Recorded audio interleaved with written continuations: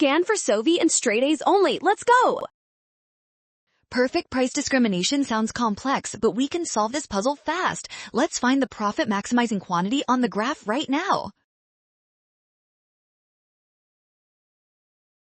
Initially, our firm produces where marginal revenue equals marginal cost. Looking at the intersection on the graph, the quantity is 13 units and the price charged to consumers is $65.